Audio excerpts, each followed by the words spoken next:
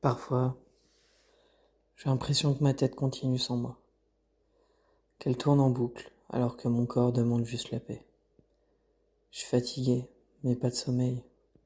Fatigué de porter, de deviner, de rassurer. On me dit que je suis fort, doux, intelligent, mais qui demande si moi je vais bien. J'ai longtemps vécu en tempête. Aujourd'hui je flotte entre deux orages, et dans le silence qu'il laisse, j'apprends à m'entendre. Bienvenue dans Cavalier sans tête, le podcast où je ne prouve rien, mais où je dis ce que je n'ai jamais osé poser à voix haute. Pour ceux qui tiennent sans mode d'emploi, pour ceux qui cherchent encore. Je suis celui qui a été sans l'être. Et pour beaucoup, ça ne fait pas sens. C'est-à-dire qu'on répond à toutes les cases du petit ami, sans en être un. Présent, attentionné, impliqué, mais sans le titre. On vit les moments intimes, les discussions profondes, et parfois même les gestes tendres. Mais ça reste rien, parce qu'on n'a jamais posé le mot. Et en ça, c'est très dur à expliquer, parce que ce que t'as ressenti, t'es le seul à pouvoir dire si c'est vrai. Et parfois, t'as même plus le droit d'en parler, parce que vous n'étiez pas ensemble. Je sais même pas si on peut dire on s'est aimé. La plupart du temps, c'était un flou artistique à plein temps. Officiellement, on était amis, mais on n'était pas des amis comme les autres. On se ressemblait, on se comprenait, on se disait des choses qu'on n'avait jamais dites à personne. C'était une relation fusionnelle, unique en son genre.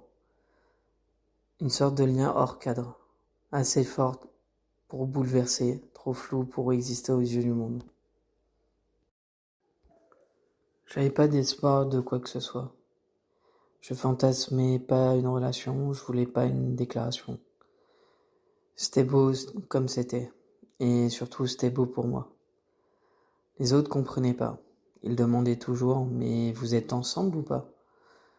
Non, on était tout le temps ensemble, mais on n'était pas ensemble.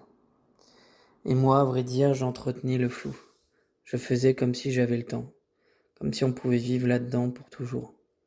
Une sorte de procrastination des sentiments. Ne pas poser de mots pour ne pas poser de limites. Tant que c'était flou, c'était vivant. Et tant que c'était vivant, je me sentais exister. Mais ce flou, aussi confortable soit-il, finissait toujours par être rompu. Et jamais avec des mots. Pas avec une explication. Pas avec un « je crois qu'on doit en parler ». Non, la personne la plus présente de ta vie décidait, d'un jour à l'autre, de ne plus en faire partie. Une disparition, un effacement sans trace. Elle ne t'aimait pas officiellement, alors elle ne te devait rien officiellement. Mais toi, tu deviens quoi après ça? Tu cries où quand t'as jamais eu le droit d'aimer à voix haute? J'ai été trop souvent l'épaule sur laquelle on pleure, mais jamais celle qu'on choisit pour danser. J'étais là pour écouter, rassurer, consoler. Et dès que ça allait un peu mieux, on repartait sans moi. Je servais à passer la tempête.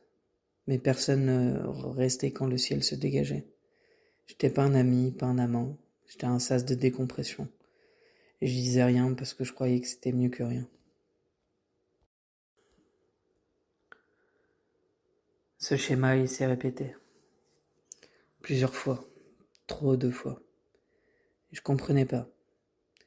Le pire, c'est que je jouais le jeu. Je disais que ça me suffisait, que j'étais bien comme ça. Mais j'attendais. J'attendais un regard un peu plus long. Une main qui reste. Un « tu veux rester ce soir ?» qui voulait dire « reste dans ma vie ». Et rien. Et après, je comprenais pas pourquoi j'étais brisé. Et en vrai, c'est moi qui me mettais dans ces positions-là. À force de pas poser de mots, j'ai avalé tous les silences. Et ils m'ont étouffé. Aujourd'hui, je fais plus semblant. Je ne veux plus être ce pilier discret qu'on oublie dès qu'on n'a plus besoin de s'y appuyer. Je ne veux plus de flou. Plus de ces presque histoires qui n'en sont pas. Je mérite qu'on me choisisse, et pas seulement quand ça va mal. Je veux une présence pleine, une tendresse claire, un amour qui ne se cache pas derrière des mais ou des silences. Et j'ai été celui qu'on a été sans l'être. Et maintenant, je vais être sans avoir à le prouver. Pour être honnête, le problème est encore là. J'ai pas toutes les réponses. J'ai juste décidé pour l'instant d'être seul. Pas par peur d'aimer ou d'être aimé, mais parce que je refuse de revivre ces quiproquos qui me déchirent à l'intérieur. Je me répare d'abord, et je verrai après ce que j'ai encore à offrir ou à protéger.